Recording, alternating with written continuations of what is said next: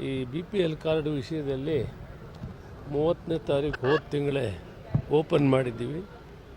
ಅವರು ಸಂಬಂಧಪಟ್ಟ ತಹಸೀಲ್ದಾರ್ಗೆ ಅರ್ಜಿ ಹಾಕ್ಕೊಂಡ್ರೆ ಹೊಸ BPL ಕಾರ್ಡ್ ಕೊಡೋದಕ್ಕೆ ತೀರ್ಮಾನ ಮಾಡಿದ್ದೀವಿ. ಯಾರು ಅರ್ಹರಿರ್ತಾರೆ ಅವರೆಲ್ಲರಿಗೂ ಕೂಡ ಕೊಡ್ತೀವಿ. ಸಮಯದಲ್ಲಿ ಅದೇ ರೀತಿ ಯಾರು ಅನರ್ಹರಿದ್ದಾರೆ, ಈಗಾಗಲೇ ಸುಮಾರು 10 ಲಕ್ಷ ಮೇಲೆ ಅನರ್ಹರಿದ್ದಾರೆ, ಅದನ್ನು ಸರ್ವೆ ಮಾಡ್ತಾ ಇದ್ದೀವಿ. ಅವರನ್ನು APLಗೆ ಶಿಫ್ಟ್ ಮಾಡ್ತೀವಿ. ಅರ್ಹರನ್ನು ಇಲ್ಲಿ ನಾವು ಕೊಡೋದಕ್ಕೆ ಹೊಸ ಕಾರ್ಡನ್ನು ನಾವು ಇವತ್ತು ಬಿಟ್ಕೊಡ್ತಾ ಇದ್ದೀವಿ. ಈಗ 3 ಲಕ್ಷಕ್ಕೂ ಅಧಿಕ ಕನ್ವರ್ಟ್ ಆಗಿದೆ ಸರ್. BPL ಇಂದ APLಗೆ ಕನ್ವರ್ಟ್ ಆಗಿದೆ. ನೀವೇ ಸದನದಲ್ಲಿ ಅಂಶಗಳಿಗೆ ಉತ್ತರ ಕೊಟ್ಟಿದ್ದೀರಿ. ಸೊ ಆ ಕನ್ವರ್ಟ್ ಆದಂಥವ್ರಿಗೆ ಏನು ವ್ಯವಸ್ಥೆ ಇರುತ್ತೆ ಸರ್? ಅದು ಯಾವ ಥರದ ಕಾರ್ಡ್? ಮೊದಲು APL ಕಾರ್ಡ್ ಕೂಡ ಒಂದು ಲಿಮಿಟೆಡ್ 15 kg ಕೊಡ್ತಾ ಇದ್ವಿ. ಅದು ಬರ್ತಾ ಕಡೆಗೆ ಒಂದು 10,000 ಜನನೂ ಕೂಡ ಅಕ್ಕಿ ತಗೊಳ್ತಾ ಇರಲಿಲ್ಲ. ಅದಕ್ಕೆ ಸದ್ಯಕ್ಕೆ ರದ್ದು ಮಾಡಿದ್ವಿ. ಡಿಮ್ಯಾಂಡ್ ಬಂದರೆ ಅವ್ರಿಗೂ ಕೊಡುವಂಥದ್ದನ್ನ ಏರ್ಪಾಟ್ ಮಾಡ್ತೀವಿ. ಬಹಳ ಮುಖ್ಯವಾಗಿ ಸುಮಾರು 2 ವರ್ಷದಿಂದ BPL ಕಾರ್ಡ್ ಹೊಸ ಅರ್ಜಿ ಏನಿತ್ತು, ಕೆಲವರು ಆರೋಗ್ಯದ ಸಂಬಂಧಪಟ್ಟಂಗೆ ಹಾಕ್ಕೊಂಡಿದ್ರು, ಉಳಿದಂಥವರಿಗೆ ಈಗ ಓಪನ್ ಮಾಡಿದ್ವಿ. ಅವ್ರು ಅರ್ಜಿ ಹಾಕ್ಕೊಬೋದು.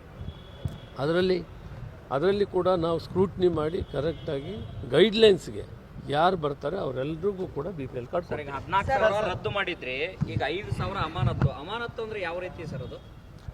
ಅಮಾನತ್ತು ಅಂದರೆ ಈಗ ಅಕ್ಕಿ ತೆಗೆದುಕೊಳ್ಳದೇ ಇರ್ತಾರೆ, ಅವ್ರು ಎಲ್ಲಿದ್ದಾರೆ, ಏನು ಕಾರಣ ಅಂತೇಳಿ ನಾವು ಪೆಂಡಿಂಗ್ ಇಟ್ಟಿದ್ವಿ. ಯಾಕಂದರೆ ಎಲ್ಲಾದರೂ ಬೇರೆ ಕಡೆ ಹೋಗಿದ್ದರೆ ಬರ್ಬೋದು. ಸುಮಾರು 1 ವರ್ಷ ಪೆಂಡಿಂಗ್ ಇಟ್ಟು ನೋಡಿದ್ವಿ, ಬರಲಿಲ್ಲ ಅವರು. ಅದಕ್ಕೆ ನಾವು ಅದನ್ನು ಶಿಫ್ಟ್ ಮಾಡ್ತೀವಿ, ಬೇರೆಯವ್ರಿಗೆ ಕೊಡ್ತೀವಿ. ಒಂದು ವೇಳೆ ಯಾರಾದರೂ ಬಂದರೆ, ಬಹಳ ದೂರ ಹೋಗಿದ್ದು ಬಂದರೆ ಅವ್ರಿಗೂ ಕೂಡ ಕೊಡ್ತೀವಿ.